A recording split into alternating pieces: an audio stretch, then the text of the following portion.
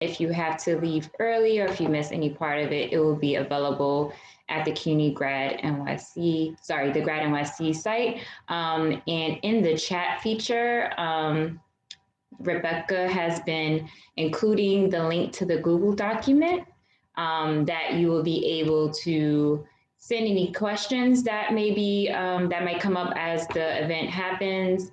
In addition, there are links to different resources that you can utilize, as well as our future events that we'll be hosting through Grad NYC and the Network for College Success.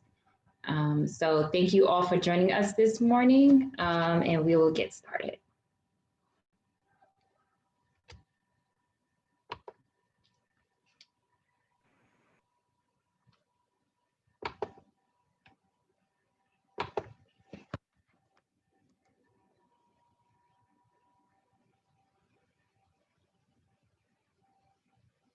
Yeah, Rebecca, can you go to the next slide? Hi, welcome everyone. My name is Latifah Washington. I am the program manager for the CUNY Network for College Success. We provide support to community-based organizations and success counselors on the school side who would like to know about different updates in CUNY policy changes. Today, we're really excited to welcome you to our Student Supports at CUNY forum. We have some amazing guests who will be presenting different resources that are available at the institution regarding mental health and basic needs supports for our CUNY students in this unprecedented time. I also would like to throw it over to some of my colleagues who are on the call to introduce themselves as well. Good morning, I'm Rebecca Beeman. I'm the Director of Community Partnerships here at Grad NYC, and I will send it over to Melissa.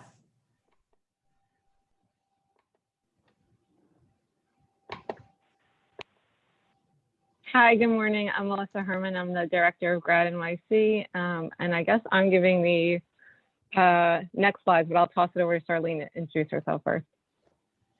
Sure. My name is Charlene Diamond. I am the Project Manager of Community Partnerships at Grad NYC. And I'll send it over to Alex, I guess. Why not? Sure. Hey, good morning. I'm Alex, Project Manager, External Affairs, Grad NYC. So just a basic overview of what our agenda will look like today. We will have Melissa share overview of some of the strategic planning we have done as a team over the summer and what our vision is for the next 5 years for our programs. We will have Ryan also share an overview of mental health and wellness updates at CUNY. Then we will have Nick share some of the resources as well with a grad student who helped work on the Guide to Surviving and Thriving at CUNY. And then we will have a presentation and a student panel led by Young Invincibles regarding student basic needs and mental health advocacy. So Melissa, I hand it over to you. Hi, good morning again, everyone. Thanks for joining us. We're excited. Today's the first time I think we're actually using our new Grad NYC Network for College Success green logo.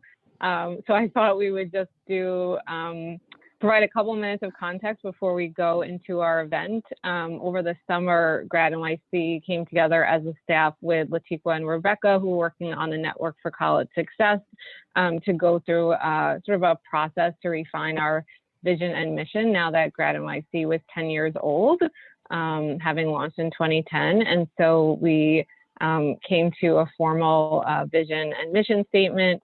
So our vision statement, which some people may have seen by now, is a New York City where all students, regardless of race, zip code, or socioeconomic status, are able to attain a post-secondary degree that empowers them to achieve a fulfilling future. And then you can also see our mission statement, leveraging its unique position at the nexus of the New York City Department of Education, the City University of New York, and City Hall. Grad NYC strengthens and supports New York City's educational ecosystem to dismantle institutional barriers in order to increase individual student success, which is quite a mouthful, but I think that's in general, that speaks to Grad NYC. And so we came to 5 value statements that we think really speak to the work of our team, but really the ideas and the concepts that are guiding us in a sort of a more broad way, which are around institutional partnerships, equitable student outcomes, relentless persistence, creative solutions, and sector level improvement. And one of the things that I think we all hope is sort of emanating through all of this, and you'll see this, I guess, on the following slide, is that we really also want to hold students at the center, which is why we really wanted to integrate student voice into this event today, to really think about the way that students can be driving some of the solutions for our work over the next 5 years. And so these are our 4 overarching goals for the next 5 years, which are around innovate, supporting innovation throughout the sector, collaborating, meaning to be able to really cultivate this educational ecosystem to support intentional partnerships among and between institutions and nonprofits, to be able to champion policies that we think will meet the needs of all New York City students, and to build and cultivate this network of professional colleagues so that everyone has access to the information they need to do their work well and support students in the best way that they can. And so I'll just quickly show our little visual before we hand it over to our presenters. And so these are sort of the 4, I guess you could say, pillars that make up the work of Graduate NYC. So the College Completion Innovation Fund, which some of you on the call may know, we have a bunch of events coming up that are in the Google Doc that we're happy to have people attend. Obviously, the Network for College Success. Next Stop College, which hopefully some of you might have learned about at our October 1st event. Rebecca could give a little shout out, but she just launched the new match tool on the Next Stop College website. So there's going to be just lots of public-facing resources for students and counselors, which we're really excited about. And lastly, our sort of research and insights area, which is sort of the work that we do around, publishing public reports and being able to share with the sector at large policy changes and data and how to really understand that to inform your work. And hopefully all of that with students at the center.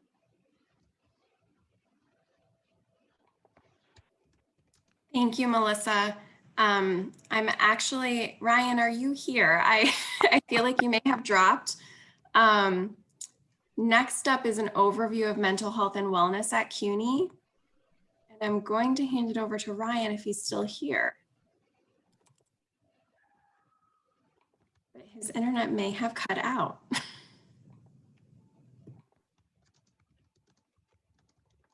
Beauty of working in this live virtual space. If Ryan may have dropped, Nick, are you ready to go if we hand it over to you right now? Yes. Great, thank you so much. And we can wrap it back to Ryan if he's able to get back on.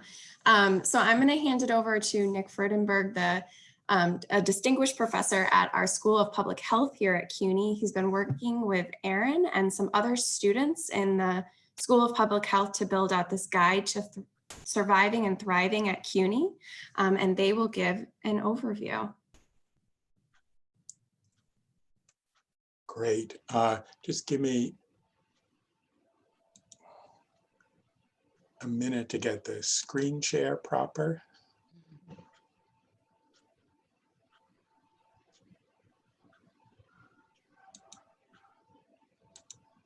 There we go.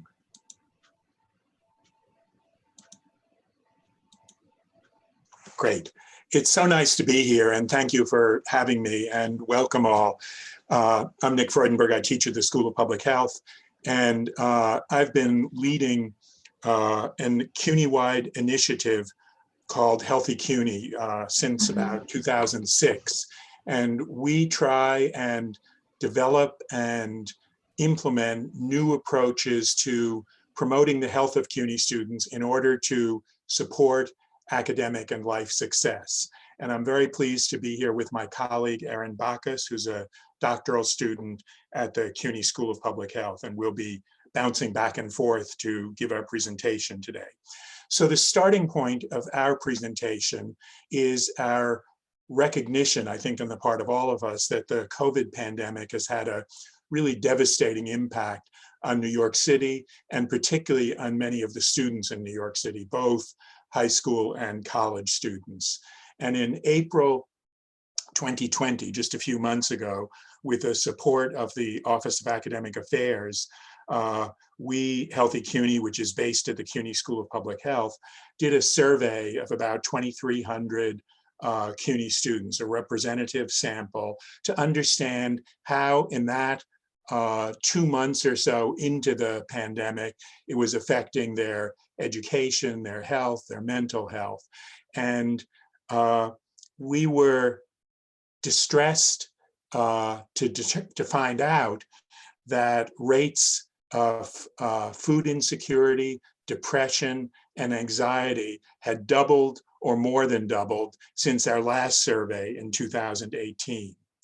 And from what we learned from the survey and the stories that students told us that Aaron and I will tell you a little bit about, we thought that there was an urgent need for help. And that is what led us to put together the Guide to Surviving and Thriving at CUNY, our effort to connect CUNY students to on-campus and community resources, help, informal support that could help us overcome the challenges of the pandemic. And that's what we'll be talking about today. I think our efforts, both in this project and our other projects, really share the values and goals of the Network for College Success. And we're very happy to be talking to you today. And we hope in the discussion period, you might have some suggestions both about how we can get this guide out to people who could benefit from it, and also how we can improve it for the next version. Erin? Thanks, Nick. So as Nick mentioned, this survey that we distributed contained a lot of questions, and many of those were open-ended questions because we really wanted to give students the opportunity to tell us about how this pandemic has been affecting their lives in their own words and the struggles that they've been going through. And to our astonishment, we actually got over 1,500 responses from students telling us really about how this has affected their lives and how it's changed their lives. And you'll see some of the quotes here on the screen that represent a diversity of the experiences that we saw. The first, I have to work from home with several online meetings. My 6th grader has many online classes and assignments, and he's so overwhelmed. So I have to spend all my time helping him. So I'm tired and I'm frustrated. During the time I believed I had the virus, I was very worried and unable to focus. Now it's mostly a concern about how long this will go on and will it affect my ability to take care of my family financially. And then I don't feel emotionally well to do my schoolwork or to work from home. I'm feeling very overwhelmed. And for one of my courses, the professor barely changed the assignments. And lastly, nothing is going to stand in the way of me graduating. And so it was really these responses that moved us and that struck us. We really wanted to find a way that we could help provide concrete support for our students during this time. And at the bottom here, you'll see the link for our Surviving and Thriving Guide. And so the guide really had, 3 overarching goals. And the first was to really provide a one-stop guide for our students to find services that are related to health, academics, financial and basic needs at CUNY, but also within the wider community. And the second was to offer emotional support and social connections that we can all use right now to find the strength and will to solve the problems that we're currently facing, and especially those that are getting in the way of our ability to succeed in our education. And lastly, it was to help encourage all of us to become advocates for ourselves, both within CUNY, but again, in our larger community, to help CUNY really better meet the needs of our changing needs during this time. And you'll see here on the left, there is a screenshot of some of the 8 students and 4 faculty members who worked on the guide and worked on the survey. We met every week from June through October to help gather and to analyze this data, review the drafts, and then also to review and consider the feedback that we received from more than 50 people, both within CUNY and outside of CUNY. And some of this feedback came from student leaders, advocates, student services staff members, and other faculty faculty and senior CUNY leaders. And we're so appreciative for this feedback because it really helped us strengthen the guide and to ensure that we are meeting the needs that our students have right now. And in putting together the guide, we used our survey plus the feedback that Aaron mentioned from our colleagues inside and outside CUNY, and came up with 7 sections. And if you click on the link that we showed on the previous slide down at the bottom there, and I'll put it in the chat in a few minutes, you can go right to one of these sections. And in the educational challenges section, we talked about the really serious problems that some students reported on getting online, using the CUNY online education systems, finding private space in their house to work, paying for the Wi-Fi and internet connections they needed, as well as the more cognitive and emotional challenges they faced. And on the top of the list of what students said made it hard for them to focus on their schoolwork was mental health problems. I mentioned that we talked about that we found that rates of anxiety and depression had doubled. And so in this section, we're looking to connect students to both campus-based and community-based mental health services, and to formal and informal. The guide is written by students for students. A lot of times we use first person plural to show that the authors have experienced some of the same problems as the readers. We also got a lot of help from the wellness program directors on the campuses about the physical health challenges that students face, not only around COVID, and many students either experienced COVID themselves or had family members, but also we wanted to provide support for how do you stay healthy? How do you eat healthy? How do you get some exercise so that you can stay focused? We knew from the prior work we had done that meeting basic needs, food security, housing stability, financial security, were major problems that both before the pandemic and during made it hard for our students to do well. And so we again tried to connect students to the range of resources that were needed. Again, from our prior work, and I know all of you know this in some cases more directly than we do, there are many populations at CUNY that have special needs. One that we focused on particularly was the 13% of CUNY students who are parents of children under 18.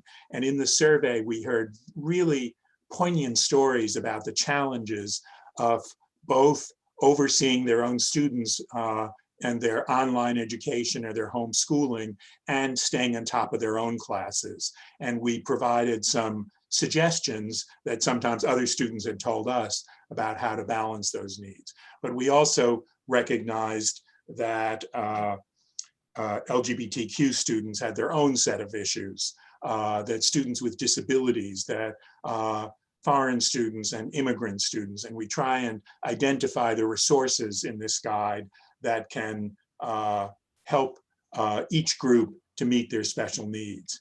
We were writing this guide at the same time that George Floyd was murdered by the police and the outburst of activism. And so we recognized that we needed to talk about that too, because that too influences how our students succeed in school. And so we provide some very concrete guidance, both about the racism experienced by Black students, but also the growing racism that Asian American students experienced during the pandemic, and that especially in the last few years that Latino students have experienced as a part of the targeting by the administration and its conservative supporters.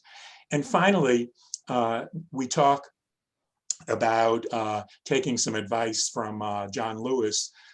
CUNY students have always succeeded by advocating and demonstrating for open admissions, for free tuition, for the Dreamers, for Black Lives Matter. And so we identify some of the groups that are working here at CUNY, some of whom you'll be hearing from a little later in this program, and provide some advice on how to connect. Back to you, Erin. Yeah, so like Nick was saying, a lot of our students were facing a lot of educational challenges, most, a lot due to mental health problems that they're facing during this time. And so many of our students reported delayed academics, like unable to hand in assignments on time, unable to take, exams when necessary, or delayed anticipation of their graduation date and having to drop classes. And so these extra stressors that weigh on our students, really, it threatens their health and their safety, but also their job, their housing, their food security. And it leaves them with very little energy to both to meet these needs and to prioritize academics. And so one of the quotes here on the right that you'll see, I find it extremely difficult to concentrate because I'm in constant fear of my child or my elderly parents are going to die. I cry constantly. I try to do my reading, but I'm distracted by the news playing in the TV in the other room. I don't know how I'm going to complete this semester. And so we really felt that it's important to be compassionate with oneself and to refrain from making these rash decisions when we're going through this stress, this depression, anxiety, whatever it is that we're facing. And so in this guide, we really tried to provide resources, advice, concrete ways that students could navigate this difficult space right now in order to help them make the best decisions for themselves. Part of what we were hoping the guide would be the older brother or sister or cousin or friend that every CUNY students need. And by having that voice there online, available when they needed it.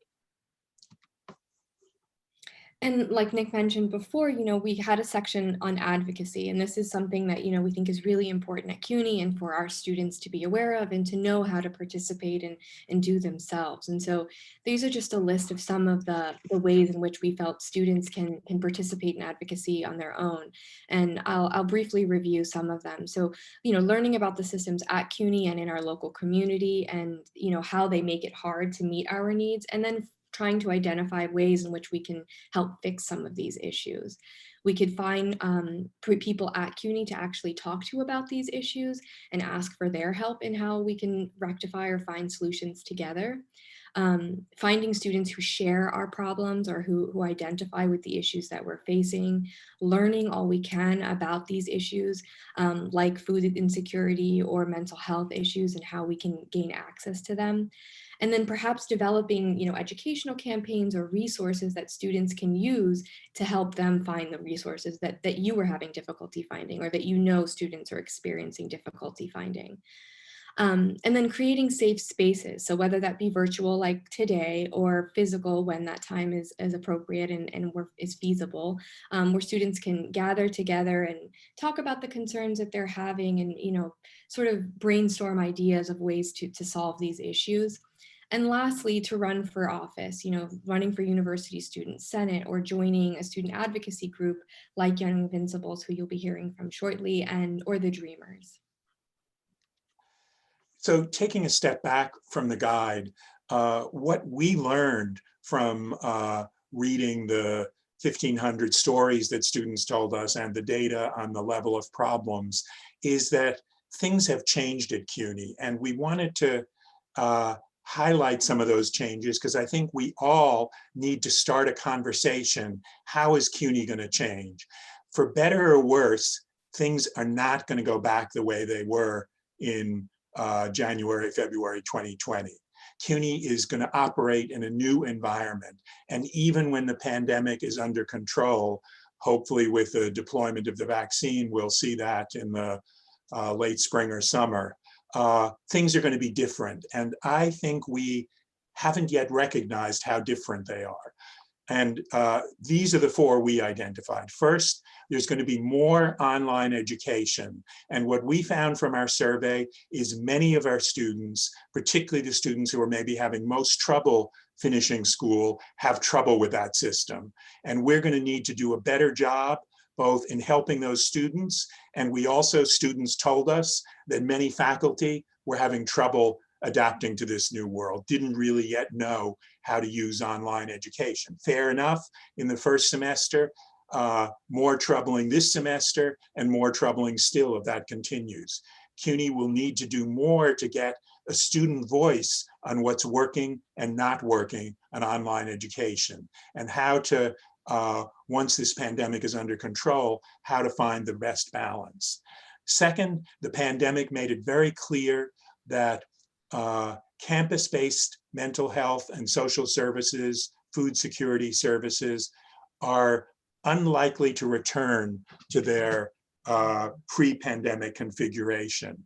When CUNY closed down its campuses, it no longer made sense to focus our food security efforts on the 18 food pantries located on CUNY campuses. Some of them are continuing to do a good job of serving students, and they're now open to students across the campus. That's great, but many are not used at all. And we need to rethink, if students aren't going to come on our campus or aren't going to come on our campus as much, how do we address food security, mental health?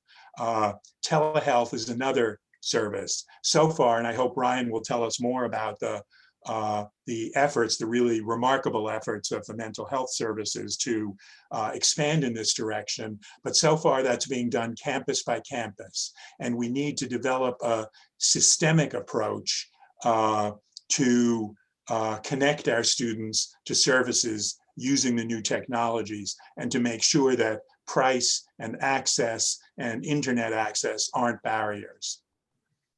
We also know that students are going to continue to face, it's going to be a very hard winter. You know, those of us in public health keeping our eye on this pandemic in New York and elsewhere are just very worried about the next 2 or 3 months. Mental health, food security, physical health. And we're going to need to do more, not less, to meet the needs of our students in the coming months. And again, I'm not sure we've fully realized the level of need that our survey showed and how to meet them. And most disturbing is all the challenges fall most heavily on Black, brown, immigrant, low-income students. And CUNY's historic mission is to provide access, but that is not just a commitment. It needs to be translated into services to actually make what we offer available to students who need it most. So those are important challenges we face, and we really welcome ongoing conversations with you all about how to do that. And I want to end with saying, so what do we want from you? We really, you've probably seen the numbers, 270,000 matriculated, 230 or 40,000 non-degree students at CUNY. We want to get this guide in front of those million eyes as much as we can in the coming weeks and months. And we need your help to do that. Put the link on any way that you have of communicating with students, your website, your syllabus, Blackboard, text, tweet, and tell it. The more students know about this guide, the more they can benefit from it. For those of you who are teaching or running groups, ask your students to read the guide, write a review or critique. If you can send it to us, so much the better. Distribute the guide or the link to it any place where students meet. And if you have suggestions in the right now about things that you think we need to cover or resources that we could put in it, please send them to us in the chat. And I'll turn to Erin to close us down, and then we really want some discussion if we have time for it.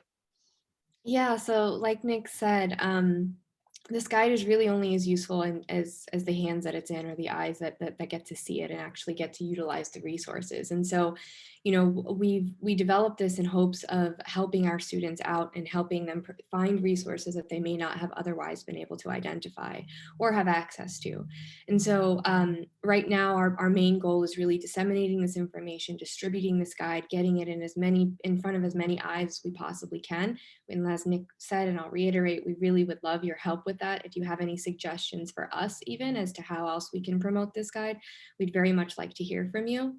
And lastly, moving forward and looking into the future, we are planning on putting out an updated version of this guide in February of next year. And so, you know, in addition to suggestions on distribution methods, we're also interested in hearing your suggestions on what else could be included. So if you look through the guide, and it is a lengthy guide, are there things that are missing that you wished you had seen and you didn't see? Are there things that you think could be worded be worded better, or that we could have included and we missed? Is there something that is out of date? Anything that you think could be really of use for us in helping to keep this as up to date and as useful for our students, we would love to hear. So we have the Healthy CUNY email address here that you can send us an email later if you'd like. And as Nick said before, please feel free to pop any suggestions into the chat today. And we've also provided, Nick has graciously provided his email address as well. Please feel free to reach out to him and he'll be sure to relay that information to us and work with us to incorporate your suggestions. So thanks for having us again today. Really, really excited to be able to share this with you. And we're really hoping that it becomes even more useful as the semester progresses.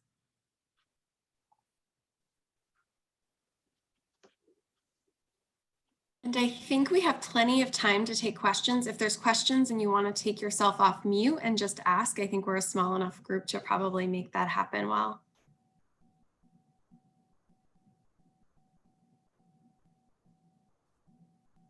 Hi, this is Stephanie from Urban Assembly. I support our students after high school. So most of our alums go to CUNY schools, and I run a texting campaign for them. There's 3 of us on our alumni success team. And I'm just wondering, we survey our students a lot. And so how did you get the survey into their hands? Did you email it? Did you text it? And do you know your response rate? I'm just curious. Yes, to all of those. We work closely with the CUNY Office of Institutional Research. Tara Twist is a huge resource for us.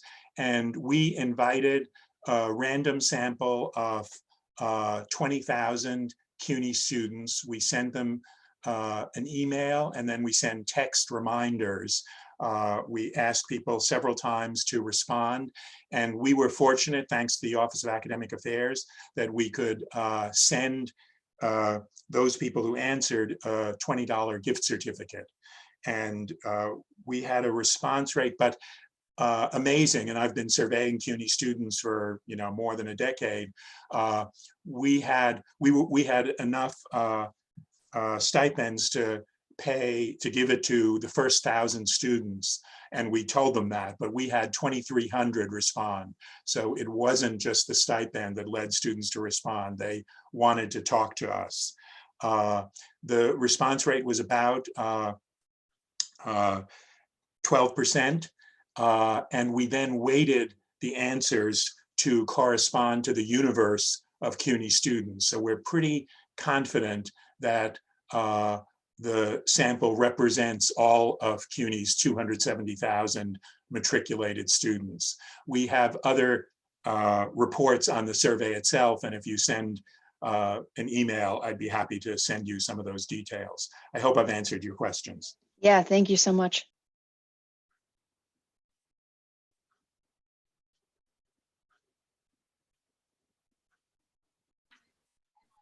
Hi, I have a question. My name is Shalima Henderson. I work with Kara. My question was just about the recommendations that you have for CUNY. Do you know if there are going to be any changes to how students are serviced based on the recommendations that came from the survey? Well, I think Ryan Kamira will tell us about mental health services. And I think there, thanks to the support from the Federal CARES Act, and that's a really important resource, but we should all be encouraging Congress to finally take action on a second installment of that to help so many people, including public universities, to address unmet needs.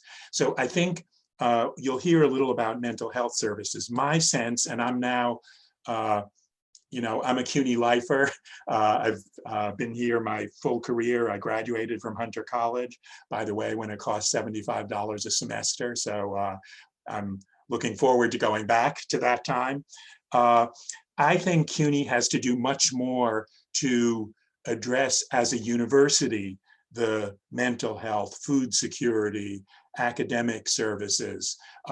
We have a system, and it's evolved over time, where many things are decentralized in our campuses. And I fully understand the value and importance of that and giving campuses flexibility. But our resources come from being a citywide institution and with a real power. And where the recommendation I would make is for CUNY to think more about how to use that power. And to give you just one example, I'm currently working with some people in the central office. We've just completed another survey, which we're about to analyze, looking at the health insurance coverage of CUNY students. And our surveys show that about 90% of CUNY students do have health insurance, but many of them have trouble. They don't get enough coverage. The co-pays are too high. Their insurance provider isn't responsive. So we're hoping with this survey to be able to begin negotiations with some of these insurance providers to say, look, you're insuring 50,000 CUNY students, Empire or United Healthcare. You're collecting tens of millions of dollars from the families of CUNY students. Can we do a deal where you offer better services to our students and we work to keep people, to prevent unnecessary hospitalizations or emergency room visits? I think CUNY needs to do more to use its market power in health and social services to improve what our students need. Erin, I don't know if you wanted to add to that. I don't have anything to add to that.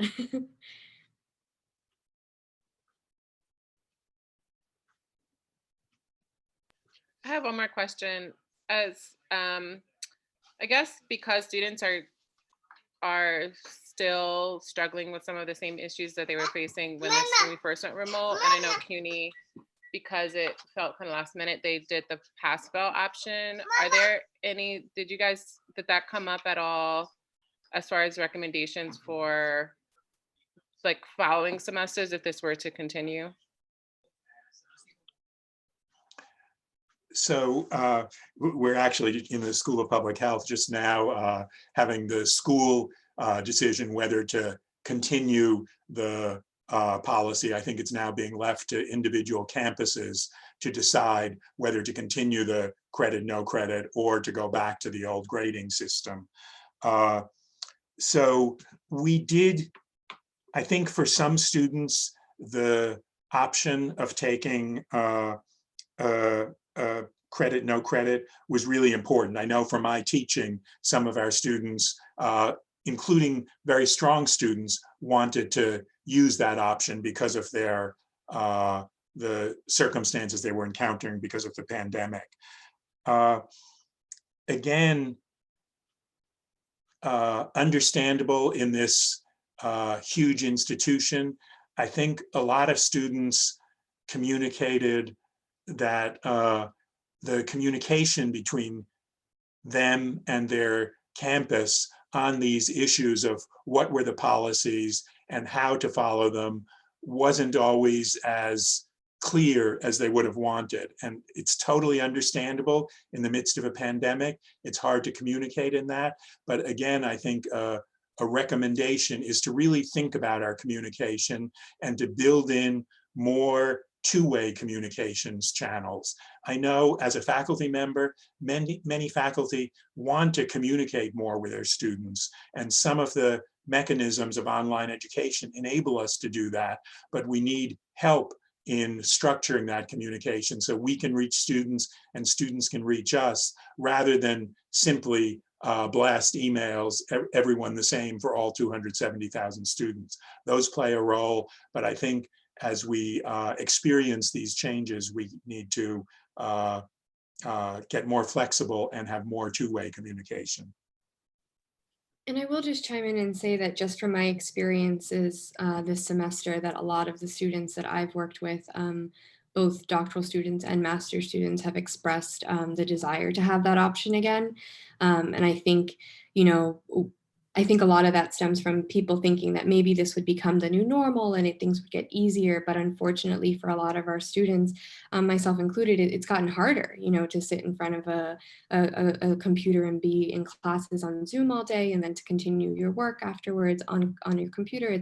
It can be really tiring. And so, I think students are having a difficult time with how the pandemic is affecting their grades, especially if they are, very strong students and are accustomed to being able to work at a certain level and accomplish their goals, and this not being able to just not being able to have the capacity to do that, whether it be because we're no longer physical and in person, or if it's just the mental health stressors, family stressors, financial stressors. So it's hard, and I do think that conversation is necessary, and I'm glad to hear that the university is currently having that, and I hope other campuses consider that as well, because as much as we'd like to hope and think that things are getting easier for our students, I don't know that that's necessarily the case.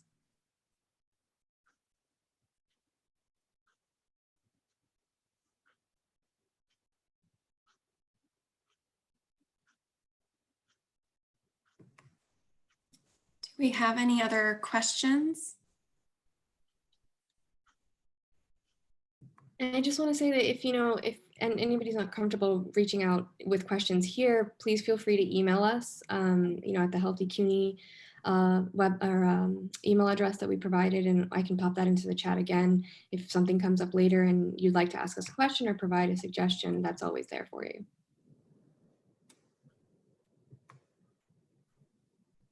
Great. Well, if we don't have any other questions, thank you so much, Nick and Erin, for sharing the guide. I think this is such a helpful resource, and it will get shared widely by our network and all the stakeholders on this call. I have not heard from Ryan, so I think I'm going to just quickly go through his slides just so that we have that framing before we hand it over to our partners at Young Invincibles.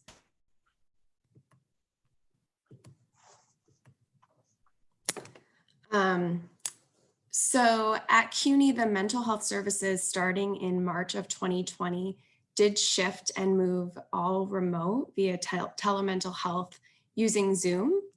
The mental health services and counseling was including assessments and teletherapy, group therapy, as well as some centers do offer medication, and we're still offering that throughout the pandemic. Students across the system can still access mental health services via their campus mental health counseling centers. And we do have a list of all of those centers included here, as well as the hours that they're open. CUNY has received CARES Act money, like Nick was saying. It's over $5 million of CARES Act was actually designated for mental health services at the university, and that's been used to onboard some additional counselors to do telemental health across the system. And Ryan has included for us in these slides all of the phone numbers for all of the counseling centers across the CUNY system. And this presentation is available in the Google Doc that we have shared. In talking with him, I do know that one of the questions that we often get from our stakeholders in the CBO world is how many sessions students are able to access at the different campus offices, and that really varies by campus. So the best way for students to get an understanding of what they would be able to receive is to call their campus counseling center. But all of them are open and offering remote services right now. So this will be in the Google Doc for everyone to access after this event.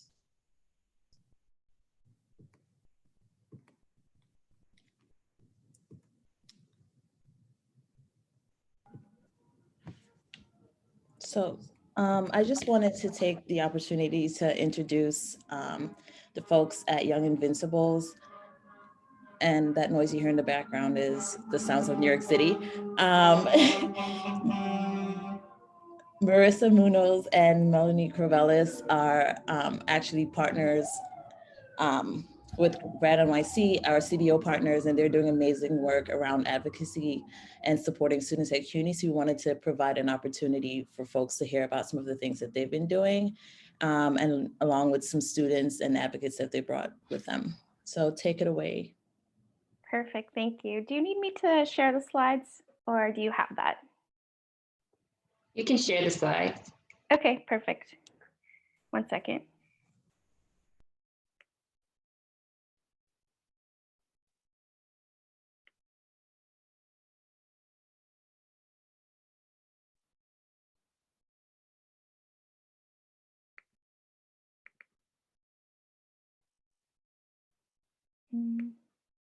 That's not the slide. 1 second.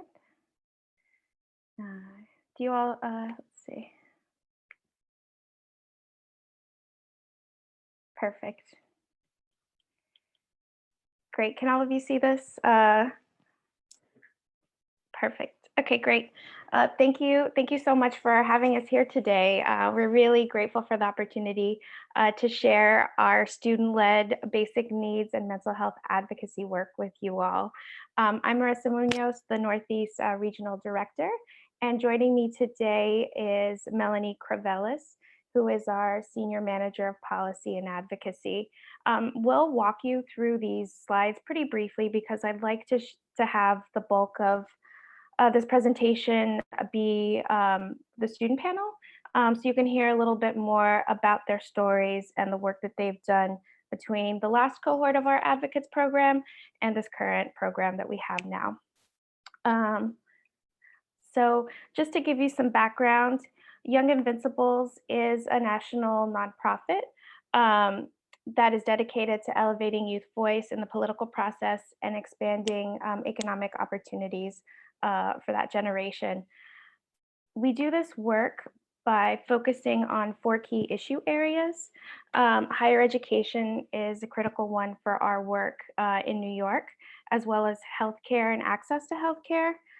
We also do advocacy related to workforce development and helping ensure that young people that graduate from college, right, have opportunities for them, and increasing especially like paid internship opportunities is a critical one for us. But if they're not on a college pathway, right, that they have the career pathway early on. And then we also do a lot of work as well related to civic engagement and get out the vote and voter registration.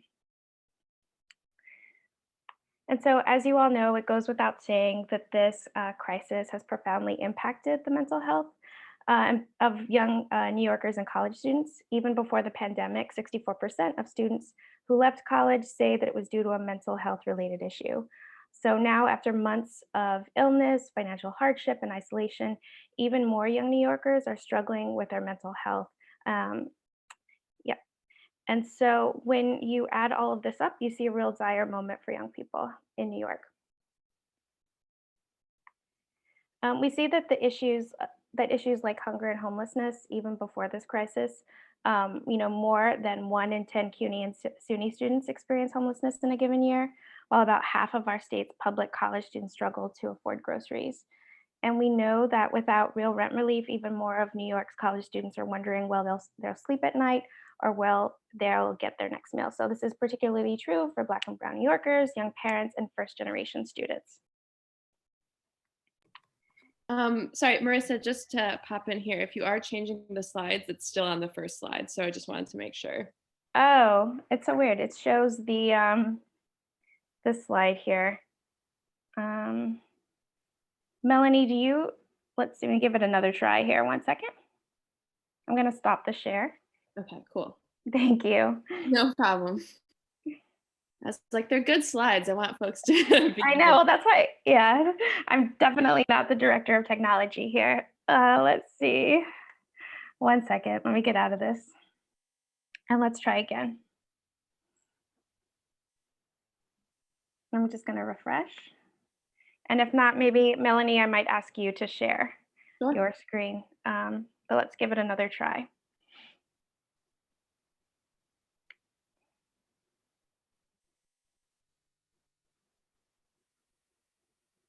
Can you all see the Spring 2020 Young Advocate slide? No. No. Okay. Melanie, can you share? No problem. Thank you.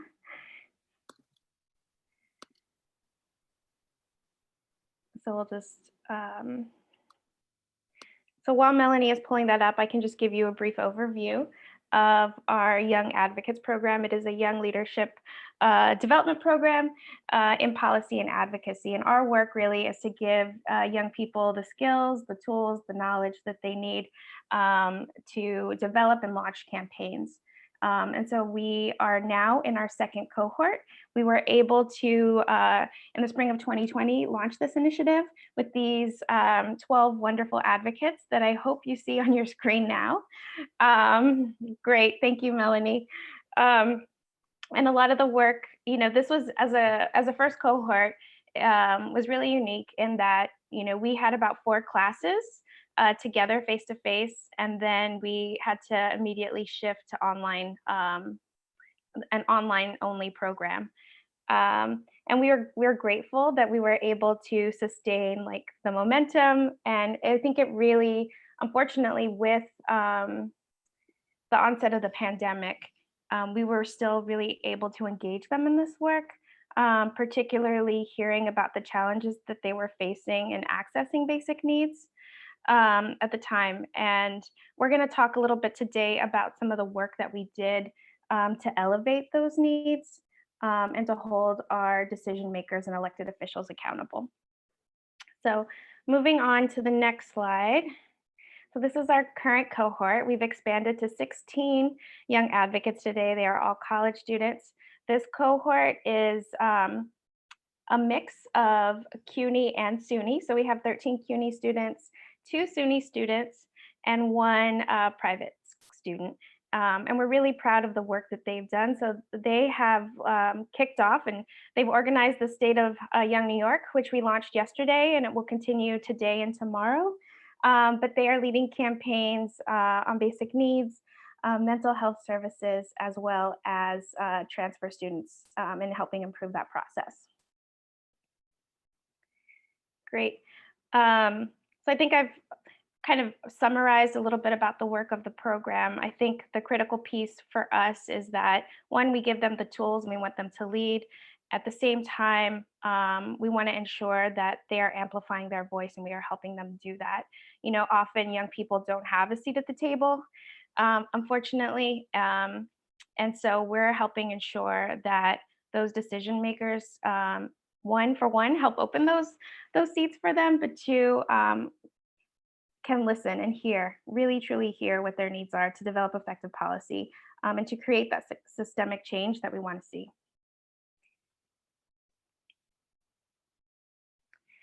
Great. So this is just one way, right? Back when we could actually meet in person, this was, we had an advocacy day. We took students up to Albany, many of which were our advocates, plus more. It was this hashtag Students Take Albany Advocacy Day. We did it just about a week before the city closed. So we were fortunate to be able to do it in person. The work that they did on this was they did develop a policy agenda that largely focused on basic needs already, even before the pandemic started. So we were still at this point addressing access to food on campus, as well as increasing the number of counselors, right? So that more students have access to these services. So that was already critical to our work, and it was really exemplified or amplified with COVID-19. And so with the onset of this pandemic, they also feverishly worked to create a COVID-19 response agenda that covered issues not only at the state level, but at the city level and at the campus level as well. And now I'll turn it over to you, Melanie. All right. Well, again, good morning, folks. And thank you for having us on this morning. It's great to be here with you all, and special shout out to the advocates who are in the call. I'm super excited to hear from you, and we're glad that you're here this morning. So as Marisa shared, as COVID-19 really sort of took hold in New York, as all of us had to do in the pandemic, we pivoted, and that included with our policy agenda. And so again, as Marisa mentioned, and as all of us know, the challenges that students were facing, before COVID-19, or some of the challenges that we're seeing today are not new. The hunger crisis, the homelessness crisis, these have been ballooning issues for a long time. And of course, the moment that we're in is only exacerbating them. And so for us as an organization, it became really important for us to pivot to addressing those most basic needs, whether that's food, whether that's housing, and again, of course, with our other issue areas with physical and mental health care support, and all of those pieces we think are really, really important. And for far too long, they've been sort of separated from the issue of student success and student completion. And we know, and folks on this call, students on this call, anyone who works with students know, if you don't have those basic needs met, there's no way that you're going to be able to fully participate in school.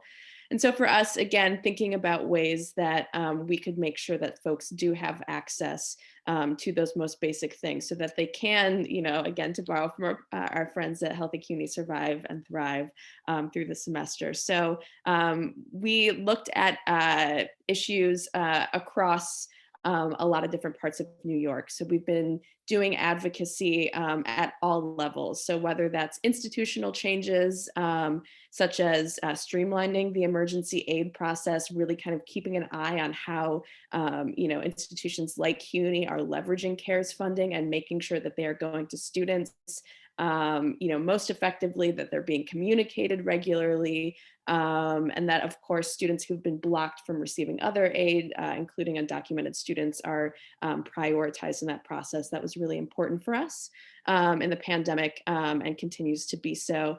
And then, of course, some of our work on the state level includes expanding access to food pantries and other food-based supports on campus. And so if you look at this list here, I think one thing to me that's kind of important to think about with all of this work is that, again, we're talking about advocacy that really has to happen not only within CUNY campuses, but at the city level, at the state level, and even federally when it comes to things like expanding SNAP access and making sure that young people have access to those supports. So we've really sort of been leveraging our own institutional structure. Again, we are here that we're the small but mighty New York team, but we do have a team out in DC as well. So I think it's been really important for us to be able to, keep an eye on, things that we can do to support students at all levels, because it really does sort of take that sort of effort to make sure that students are getting sort of the structural support they need to thrive. Again, we sort of see that same sort of multi-level advocacy dynamic with some of our other policy work that we've been doing. Marisa really highlighted earlier in this call why it's so important that mental health services are available to students. Of course, that's something that we're really here to support. And I think our students have done an amazing job leading on. I think about folks like, Lisa and Anna and Ashley on the call who have really done some great work on this. So again, excited that y'all are here. For us, we're really, as many folks on this call are, we are alarmed and concerned about the lack of on-campus counselors. And so again, noting that there's been sort of, these resources from the CARES Act to expand that, really keeping a close eye on how those are expanding. I think one thing that we hear from students is, of course, increasing the number of counselors is important, but given the student body at CUNY, it's really important that those counselors be counselors of color, be people who can speak to the issues that, Black and Brown students are facing, that first-gen students are facing, that student parents are facing. I think one really interesting conversation I had during the pandemic was actually with a student parent who was talking about, what if we had mental health counselors embedded in the on-campus childcare centers who can specifically address, the issues that I'm facing as a student, as a parent who's now playing teacher during this time. So again, there are ways that even when we see good news about, expanding services, how are those reaching students? So that's important to us, along with some of the expansions around teletherapy. And of course, as this time that we're in really necessitates, having quality access to internet, digital equity and access has been really important to us as well. As Erin mentioned earlier, some of these struggles of being online all day, like it's not getting easier. And of course, if you don't have reliable internet, that's going to impact not only your ability to be in school, but of course, thinking about things like these mental health services as well, right? If you're using teletherapy, for instance, and you're trying to communicate maybe something really personal, maybe something challenging, and your internet keeps cutting out, like that's going to have an impact on your ability to really use those services. So for us, expanding access to technology and internet is super important. And of course, as an organization that's really concerned about how the state's homelessness crisis is impacting college students, one thing that we're really paying close attention to as well is how students in the city's homeless shelters are able to access internet. We've seen some alarm bells ringing on that when it comes to students in the DOE system. We also know that there are CUNY students in the shelter system as well. And we've heard from some of these students that, they're not able to bring their laptops out into the facility, or they're not able to access the shelter's Wi-Fi, and that's only for staff. And so that's been something we continue to push on. We've been pushing the Senate chair for the Higher Education Committee on these issues. She's authored some letters on these issues, and again, continues to be an area where we do advocacy. Marisa, did you want to take this slide, or would you like me to cover some of this as well? Yeah, I can get started, and then you can fill in. So one of the ways in which we elevate youth voice is through opportunities for public engagement. I think our role here, at least over the spring, is we held a couple of forums to really highlight the issues that students were facing in order to, garner additional support to create that change. And so in April, we held a student-led town hall. Again, that was with our spring 2020 advocates, again, where they spoke more specifically to those basic needs and mental health services. And again, that was all virtual. And then we partnered with CUNY's University Student Senate in May as well to address the mental health crisis and how CUNY was helping support students during this critical time. So this is all part of our grassroots advocacy work. We also, our advocates also do direct advocacy, as you saw with the Advocacy Day in Albany in March, but they also actively participate when opportunities present themselves at city and state hearings. We think, sharing personal stories is extremely powerful. And they did that, this cohort just did that recently with the New York City Council. There was a joint committee hearing with the Committee on Mental Health as well as the Committee on Higher Education to speak to CUNY's response to helping students, during this mental health crisis. So those are just some examples of the work that we do in terms of our approach to advocacy. Melanie, did you want to add anything to that last slide before we move on? Sorry, I was on mute there for a second, Zoom drama. No, I was just going to say, I'll go ahead and drop in the link with some of the, there was a Gotham Gazette story about some of our students testifying at that hearing. So I'll share the link so folks can see some of the issues that they elevated there. That sounds great. And maybe you could drop in the YouTube link as well for our Advocacy Day. Cool, will do. Yeah, cool. So I just spoke a little bit to the power of storytelling. So again, our advocates and their voice contribute to our blog. So those are all posted online, again, related to basic needs issues as well as challenges they face while transferring. They've also created video content as well, especially during the pandemic. This was not only to elevate, an issue, but for this purpose, it was really consumer education, and it was to help their peers, or really anyone tuned into Young Invincibles online, to be safe, to social distance, to wash their hands, and they got really creative with those. they're also working to capture the stories of their peers as well. Again, trying to get a broader swath of experiences that will help inform the policy work. And then we mentioned a little bit of the social media content. Many of our advocates have developed social media toolkits to elevate some of their issue areas. Melanie, did you want to add anything? No, I think you covered it. Okay, great. And now, so we did talk a little bit about how our advocates utilize social media to, educate their peers.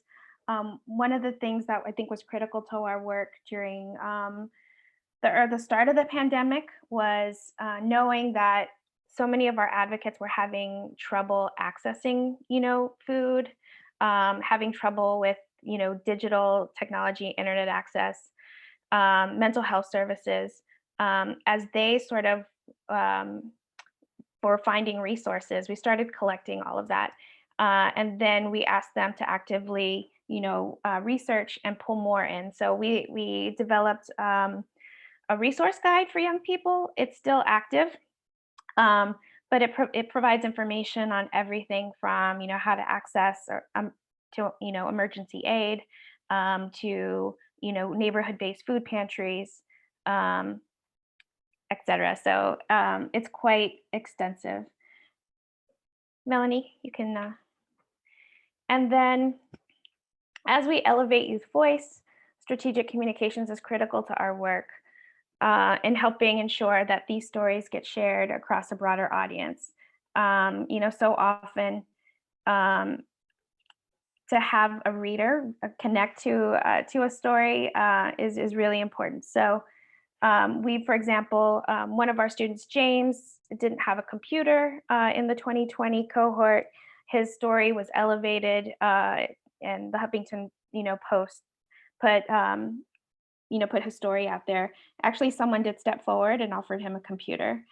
We have the link here to the Gotham Gazette piece where our students were quoted, and then Lisa, who you'll meet today, was recently included and profiled in an ABC News story. So these are just some of the examples of our advocacy work through strategic communications, creating really issue-based awareness. Melanie, do you want to take this slide? Sure, happy to do so. So again, I think if there's any sort of word to describe the last several months, well, actually, I'll leave it to y'all to pick whichever word to describe the last few months. But for the point of this slide, I'll just say pivoting has been a big part of this. And so, as I've sort of mentioned, we've been trying to find every avenue we can use to advocate alongside our students and make sure that, again, they have the resources that they need right now. And again, even in sort of this really dire sort of environment, we have had some policy wins. Again, thanks to the work of our young advocates, thanks to what they have let us know about, thanks with some of our partners and longtime advocacy, including a lot of folks on this call. So just a couple to share with you.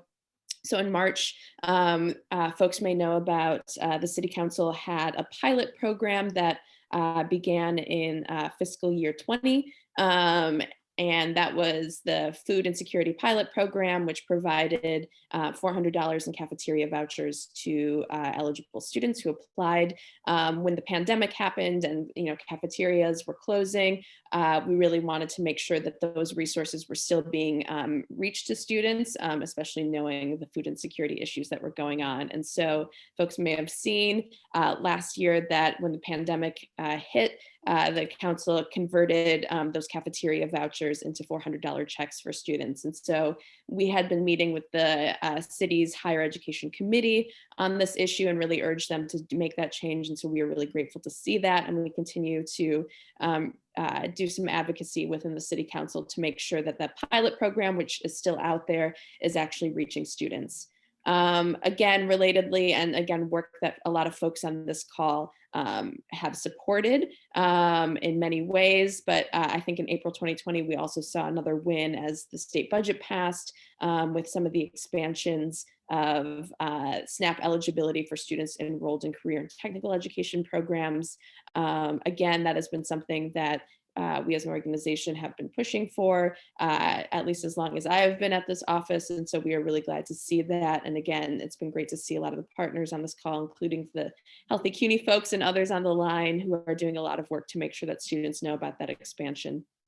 And again, word of the year pivot, as we were heading into out of the state budget negotiations and into city budget, we knew that we really needed to come out strong and support CUNY ASAP, which was, on the chopping block. The mayor proposed cutting it in the spring as the coronavirus really took hold in New York. And we sort of mobilized quickly, again, along with a lot of our other partners on this call, to really show why ASAP is more needed than ever, and that this is a program that not only supports students with the academic support, but providing, again, the financial support that having, tuition-free college and your Metro card and all those other pieces are so critical to, again, making sure that students have those basic needs met and can thrive. So we fought alongside our students. We were really grateful, again, that the ASAP funding was restored in the city's budget. And that, again, the food insecurity pilot program continued to be funded. And we know, again, that, the budget picture we're in means that it's really going to take all of us on the call to make sure that these programs are continued to be funded in FY 2022 and beyond. So again, it took a lot of work there, but again, folks on this call should, feel proud that, again, we were able to maintain that. And then, again, in October 2020, we've already talked about, how CUNY is leveraging some of that CARES funding for expanded mental health services. Again, a lot of folks on this call have been pushing for that expansion of mental health support, finding new and innovative ways to make sure that students are getting that support they need. And we continue to meet with folks across CUNY, whether in the institutions or at Central, to make sure that the funding that is available is really, again, meeting some of the needs that students identify. So just wanted to share a couple of those. And, again, as we close out a rough year, there were, again, some wins that we were, again, able to get in partnership with folks and with students. And so, again, we're going to continue that fight in the year to come.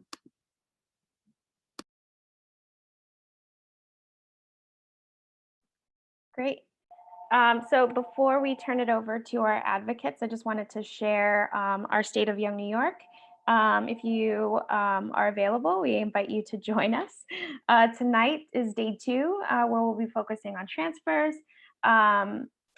We will have a decision maker panel with electeds. We'll have a student panel as well. And we'll have some presentations from experts within CUNY to shed some light on the issue. And then tomorrow, we'll be focusing on mental health. And so we're really excited that similarly, our advocates will be able to share a little bit more about their experience in a student panel. We'll have another elected and CUNY leader panel, as well as some presentations. So yes, we just dropped in the link, so please join if you can register. There we go. So now we'll turn it over to our advocates. And I'd like to start with Neha and Lisa, who are members of the Spring 2020 cohort and continue to be engaged in our work. Neha is actually our part-time policy and advocacy fellow now. So they're going to talk a little bit about their work and some of their connections to the issues as well. Take it away, ladies. Thank you, Marissa. I apologize for the bad lighting. I don't know. We've been in Zoom for so long, I still can't figure it out. We're just gonna ignore that.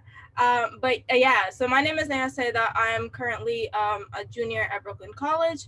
I'm also the policy fellow with Young Invincibles, and I was part of their spring cohort. So today I'm mainly gonna focus on like the work we did and some things that like struck out to me the most. Marissa and Melanie did a great job of like giving the overview. So just kind of like taking a step back and like seeing from a student's perspective.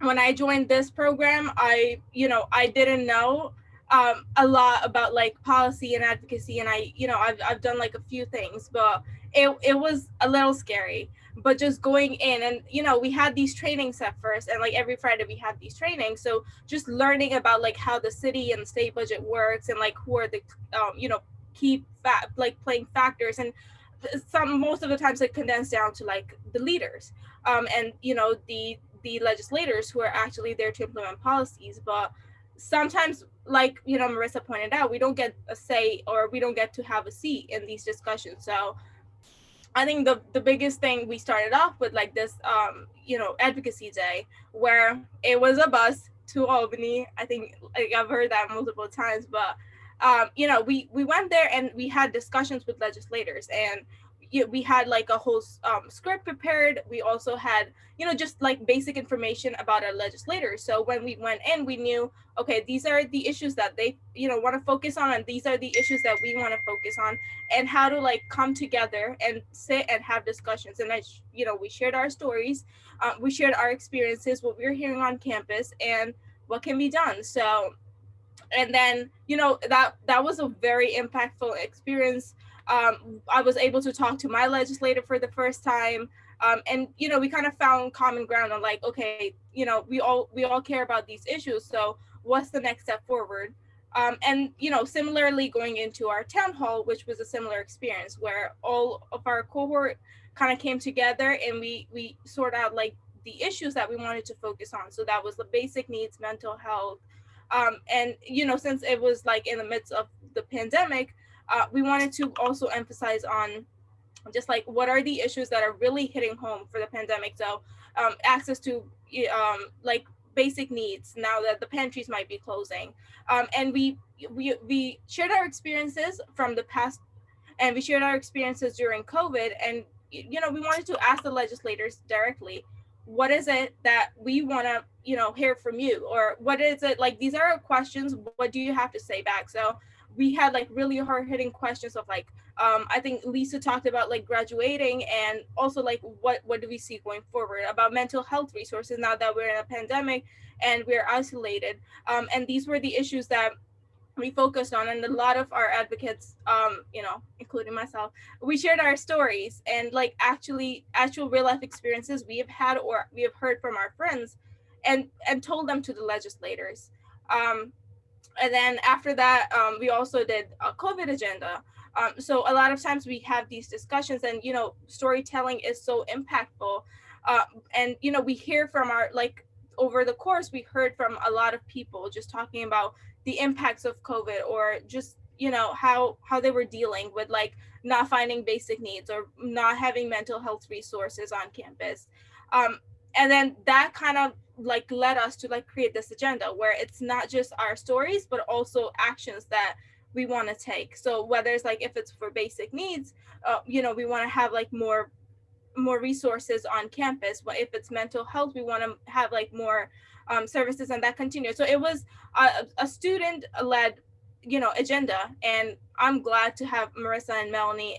You know, we also had Tamara just kind of help us out, but, you know, work on this agenda where it's not just us sharing our stories, but also making notes of like, these are the things that will be helpful, and these are the things we want to push out, to have legislators, you know, look at it, and then you implement these whether through legislation. And then that kind of gave us a path to like, okay, now we have to talk to our campus leaders or our legislators, and these are the grounds that we, you know, we stick to. I know I talked a lot. I was going fast, and you probably can't see me, but that's all I have. We can see you. Hi. So my name is Lisa Nishimura. Yeah, so I was part of the Young Advocates program in New York with Young Invincibles back in spring 2020. So just like Neha, I worked along with her during Advocacy Day, and, you know, the forums that we also co-moderated or co-hosted. So I'll just, you know, and I just want to say that I've just been so honored to be a part of these things, because just like Neha, I wasn't really, you know, very versed in like policy and advocacy. So, and I'm just so grateful to have been a part of this program and to continue doing this work, even when I'm no longer part of the cohort, but in a way I'm still kind of am. So, I'll just be talking briefly about some of the things that I've been a part of. So First thing is first is the mental health forum. So one of my colleagues and I, we co-moderated a mental health forum alongside different stakeholders. Sorry, that's my cat. So we, different stakeholders such as councilmen, we had mental health practitioners, we also had researchers to kind of discuss the mental health needs of college students, especially during the beginning of the COVID-19 pandemic. So I know as many of you may know, like when all the shutdowns were happening, it was just a very scary and kind of like uncertain time for a lot of students, and especially students who were dealing with, like, for example, like not only food and housing insecurity, but also job loss. And they were having the additional stress of having academic work after classes, were being pushed online, virtually or online. And also, there were students like me who were struggling with mental health. So I've shared my story, so I don't mind sharing my story. I personally struggle from depression and PTSD, and it's something that I live with like every single day. So that's just, yeah, that's just like a little context there. And, the forum was to really bring awareness to how the pandemic was affecting CUNY students and what resources or tips were available to support students struggling with mental health. So we also had a call to action during that forum for folks to sign a petition to prevent Governor Cuomo from further cutting funding to higher education, and also asking the CUNY Board of Trustees to eliminate an additional $120 health and wellness fee. So CUNY students aren't burdened more with, additional costs to not only attend college, but also they are able to have access to those resources, those campus resources. So that's one of the things that I was able to kind of hone in on and work on. And then Marissa briefly talked about the resource guide, and also there was a video. We put together a resource guide because I know that a lot of students, it may be hard to find like resources all in one place. So we tried to put those all in one document, as you saw during the presentation. And then as for the video, I actually interviewed a couple of my classmates who kind of utilize like different resources on campus and services. So that helped them just like throughout their college journey. So like the whole purpose of the video was for other students to, again, like become aware of just some of the many resources that were available, such as departments, there were programs that were available to them. And, for example, if you're from John Jay, I'm a graduate of John Jay. I don't know if I mentioned that, but yeah. There's at John Jay, there's an Immigrant Student Success Center. Forgive me if I got the name wrong, but it's a center that provides services specifically to immigrant or undocumented students.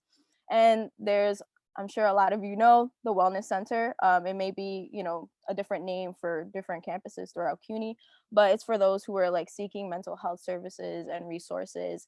And also you can have resources for food and housing as well. You can go to the Wellness Center because John Jay had One Stop, which is a nonprofit organization. And lastly, there were some students who talked about some professional academic development programs. So for example, I was a part of CUNY BMI, so Black Male Initiative. I was a mentor there, and one of my students was a mentee and also a mentor there as well. And so, these are just some of the highlights that, Young Invincibles has done in terms of their advocacy work and in the past. And I'll just hand it over to current advocates now that are continuing and doing this amazing work. And thank you.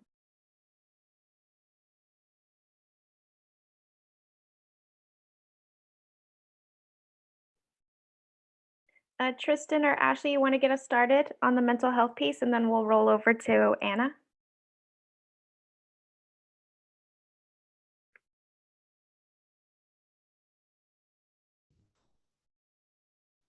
I guess I can start off.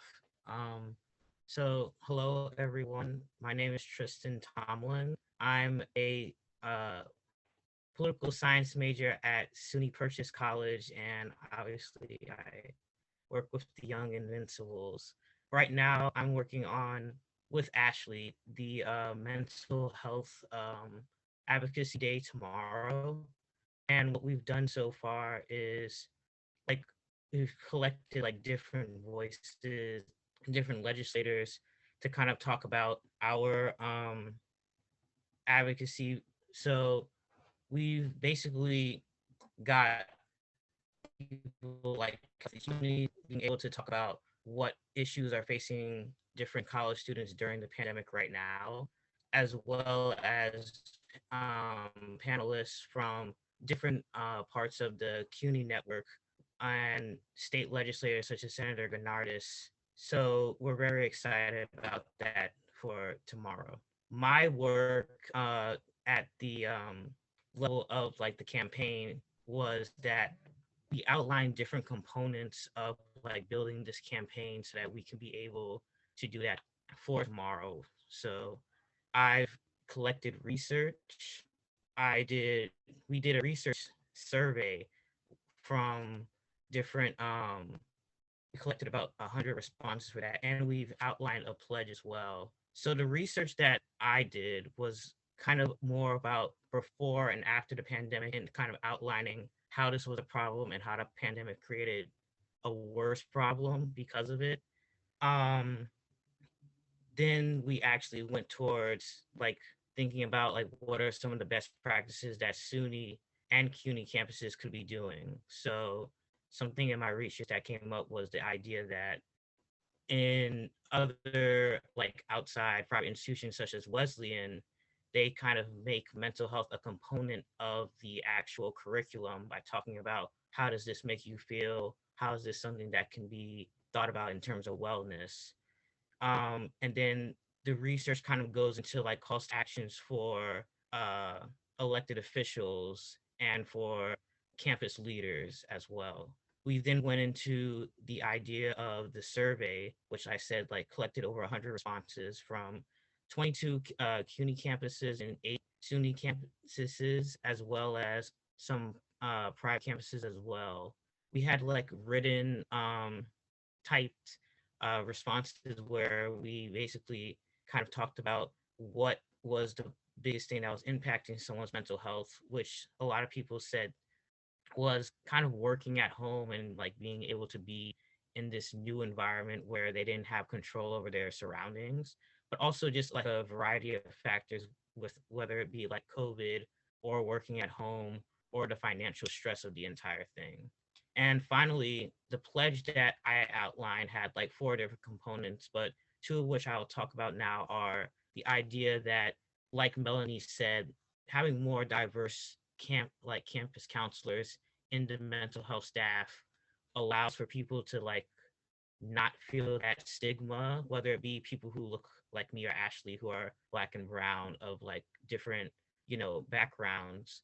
And it makes people want to go seek those services out as well, but also like expanding those resources and like making the ratio smaller. So instead of having it be the 1 to 2,300 ratio that we have currently, making it a 1 to 1,000 ratio, which expands the amount of counselors so that there's more, there's more counselors for the students who need those services as well. So that's kind of like the components of the campaign and how like we hope that it would kind of think about all the issues that were going into that. Now I'm gonna hand it off to Ashley to talk a little bit more. Thank you, Tristan, for summarizing our event tomorrow. So hi, everyone. My name is Ashley Huerta, and I'm a senior at Lehman College studying political science and English professional writing. So I guess I am the campaign manager and also the social media expert. So what I've done here with this event here is that I really wanted to make sure that the voices of the unheard were out there and making sure that all this information, especially from Healthy CUNY, thank you for your research, was visible and it was out there. So my whole goal was to create 2 social media toolkits, and I'll explain that later on, but I would like to explain kind of the reason why I think that's so important. So I'm probably one of the last people in the greatest decade of the 90s, and I grew up with social media. So I think me and social media are pretty good best friends. But I grew up, I think social media has become one of the main sources of information. And I know that's often like looked down upon, but when you actually are in social media from Instagram or Twitter, you really find these great advocates and sharing all this information. And I think especially during the pandemic, we can often feel like a disconnect between students. I think social media is the place where we can be especially during this pandemic, we saw the rise of the Black Lives Matter movement and especially the labor movement here in New York. So that was really my greatest inspiration. And I wanted to make sure that we created a stigma-free New York. And that is the hashtag of our event, Stigma-Free New York. So yeah, I decided to bring that into my Young Invincibles here at my time at Young Invincibles. And my first toolkit was mostly for campaigning and making sure that people were aware of these events. So I made sure that this information was as accessible as can be. So what I did was create QR codes. So easily you take out your phone, you snap a picture of your screen and it's there. And this would lead you either to some resources that we have on mental health, or even our little social media toolkit that you can add on to later on. And when this social media toolkit launched, and these are all posts created by me, kind of just stating what we believe in and what we're advocating for, and highlighting some things such as I think one of my posts are on the Healthy CUNY research that they created. And the post says, it highlights like some of the findings, such as 1 in 5 undergraduates experience anxiety disorders, 1 in 6, 1 in 6. And when I shared that toolkit, people were, I think the reaction to all the social media content that I created was like beyond what I expected. People were like, thank you for highlighting this. I thought I was the only one experiencing this. So I think social media is such a great tool to advocate for the unheard, and especially the young people of today.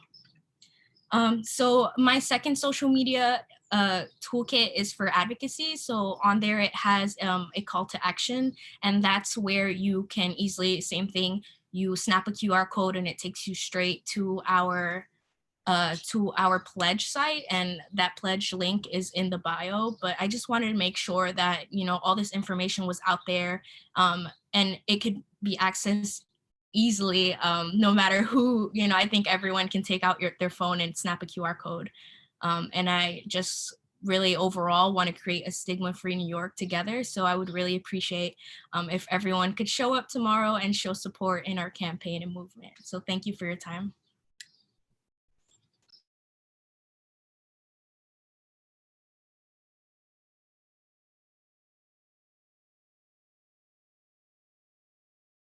Awesome. I believe I am next. Hey everyone, I'm Anna. If you can't hear me at some point, I've had some Wi-Fi issues. I can switch to my phone then. But I'm Anna and I go to Hunter College, and I was currently working on the basic needs campaign with Young Invincibles, and like everyone else has kind of, mentioned the importance of everything from mental health to food and housing security. And then my group also focused on transportation. So we found that a lot of times, CUNY students, specifically in the city, were having to choose between their weekly MTA cards or housing, rent, food.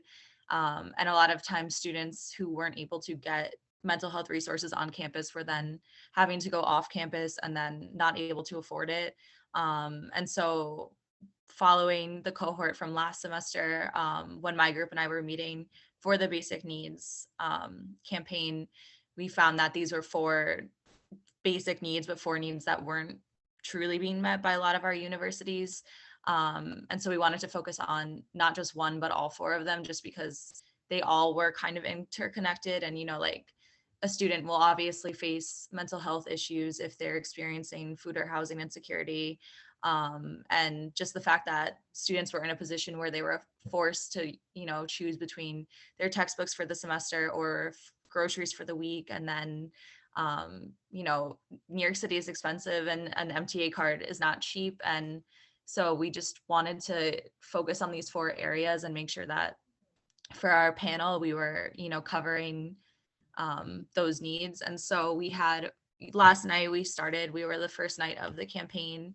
And so we had 4 panelists speaking, and one was from NAMI, which is the National Alliance on Mental Illness. And at my campus at Hunter, we have a NAMI chapter, but it's also a bigger organization. And so we wanted to connect students to NAMI because a lot of times students, you know, if they're not offered counseling on their campuses. I myself went through 8 months of kind of pushing myself in the door at my campus, trying to get a counselor, and then just kind of being referred off campus for 8 months and finally securing a steady therapist, but it was not a fun experience. And so I'm grateful that I got to, you know, grow my advocacy through Young Invincibles and specifically through the Basic Needs campaign to help other students that have experienced what I experienced, and some even much, much worse than what I did.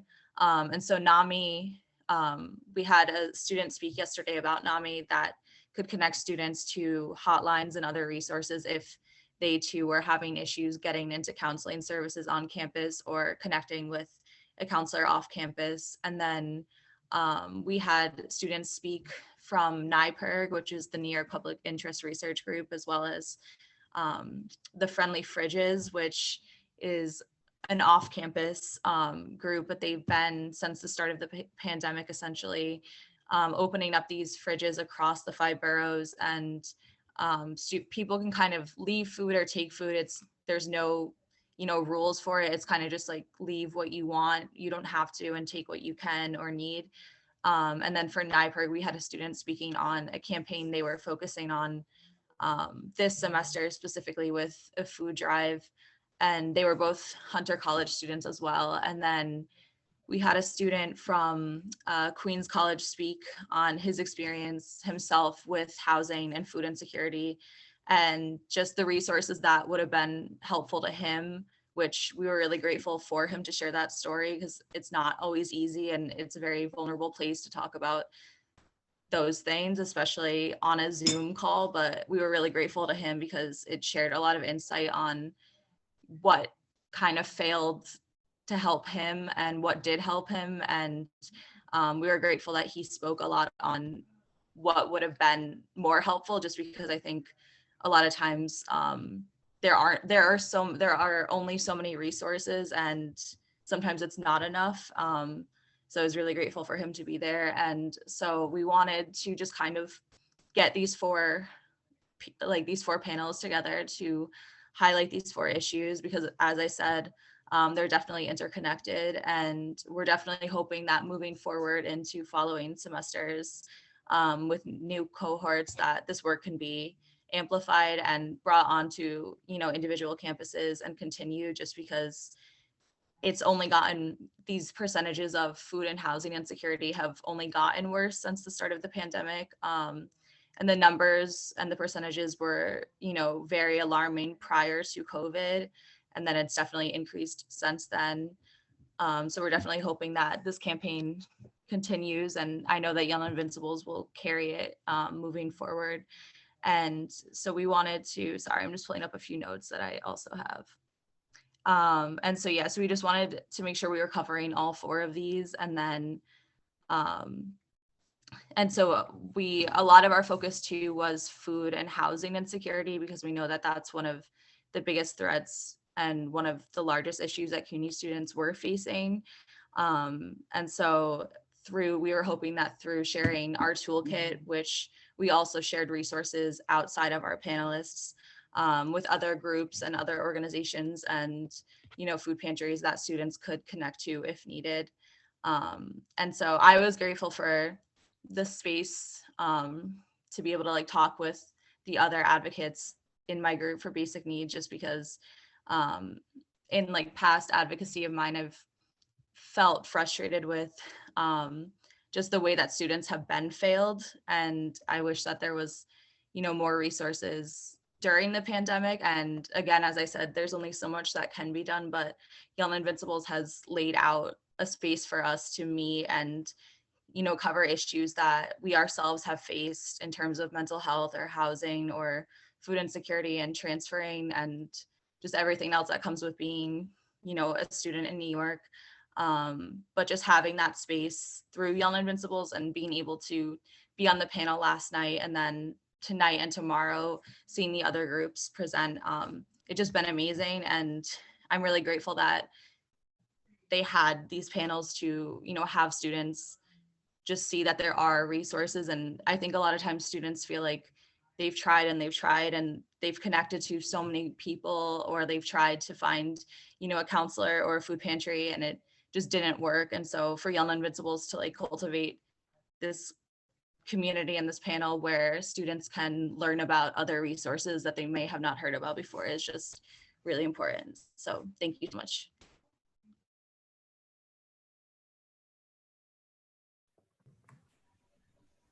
Thank you all.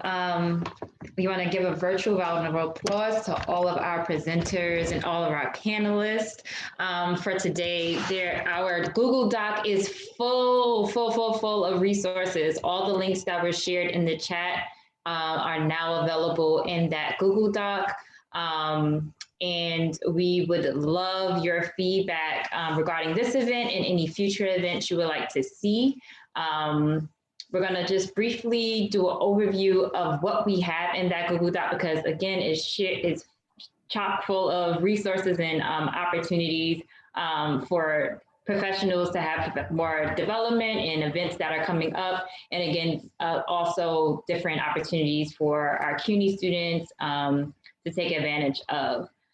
So Rebecca, if you have it available, can you just switch over? Awesome, thank you.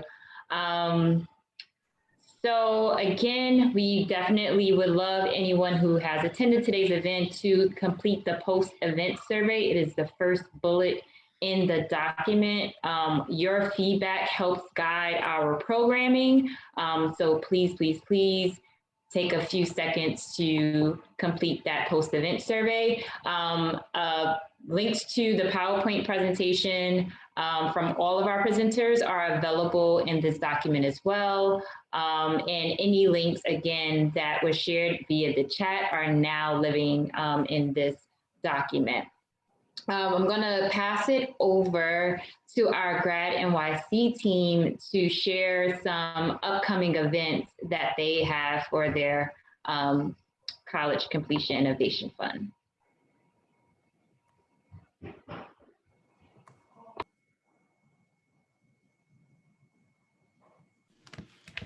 I can take it from here, I guess. We have Sorry, I could not get myself off mute. So Charlene, you go ahead. Well, we can do it together. We are doing things a little differently this year for our College Completion Innovation Fund, and where we're putting together a bunch of conversations or highlighting things that are happening across the field and the categories that we're supporting. So on December 17th, we have a national perspective on supporting student basic needs. So if you're interested in learning about what is happening across the nation, please feel free to sign up and join us for that. Also, we have the design thinking workshop, and everyone who's interested or just wants to learn a little bit more about design thinking and how you can implement practices in your own work are free to join us. To register, email me, and I'll be happy to help you get situated on that. And continuing with highlighting what's happening in the field, we also have a national perspective on momentum and persistence. All of the links to register and get more information on this can be found on our website, as well as just living in this Google document. So go ahead and do that. Melissa, do you want to take it? Sure, yeah. So like Charlene mentioned, those events go through January, and they're really bringing in national speakers to talk about basic needs, transfer, and momentum, and what those things look like around the country, to provide inspiration for folks that might be interested in submitting an application for our upcoming innovation cycle. And we'll be releasing the actual application as well in January. A couple other things I wanted to highlight is Grad NYC is launching our first ever student advisory council. So we're going to be incorporating current CUNY students sort of more systematically into our work. And so those students will be part of the actual process for determining which projects get selected for the Innovation Fund this year. And they'll be also informing some of our Network for College Success events. So if you know any students, please feel free to send them the application. It is live right now and sort of describes what their commitment is, and they'll receive an honorarium for joining us. The other thing I wanted to highlight is Grad NYC is also leading a qualitative research study on student experience trying to matriculate at CUNY during the pandemic. So if you know students either at John Jay or BMCC who might want to be interviewed about their experience, or students who intended to enroll at CUNY and ended up not doing so because of challenges related to the pandemic, there's a link where they can sign up to do an interview. And there's also one of our other colleagues' email address if they think they might want to be interviewed but have any questions, and we'll have gift cards for their participation. Thank you, Melissa. And I think I will wrap it up with a few other resources that we have available here. The Swipe Out Hunger campaign is actually hiring CUNY student navigators for this position across the system. These students will earn $15 an hour for their work and work up to 15 hours a week. So there's a link to that application as well. CUNY has also secured priority COVID testing for students who have to go on campus for any of their classes. This is also available for staff and faculty who need to be on campus. So there's a link to that as well. And the last thing that I want to plug is my newest project, Next Stop College, which is helping high school students navigate the college application process with targeted and actionable information to help them while they're still in high school. Just launched a college match tool yesterday, which will enable all New York City high school students to create a strong match college list. Right now, it's just using GPA to create college lists for students. They can see the schools that they'd be likely to get into, their match schools, as well as reach schools across the system. I encourage you to take a look. It has some really cool information breaking down graduation rates by campus, as well as the cost of annual attendance based on family expected contribution. So definitely take a look there. And there's a flyer attached here if you want to share it out with your students with a QR code, because I'm trying to be young and hip and make sure that students can easily access it. So thank you to the students who presented today. That was really helpful information about how you're reaching other students. Is there anything else we want to highlight, Latiqua, before we let people off? That is all. And also, just to save the date, we will be having a CUNY program fair in January. So look out for that link.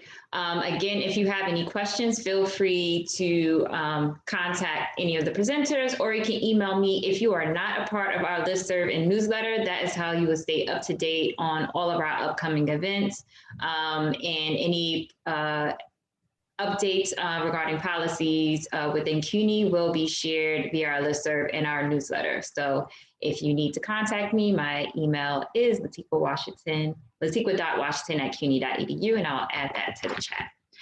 So we hope you enjoy the rest of your day, your extra 5 minutes that we're giving back to you at the conclusion of this event.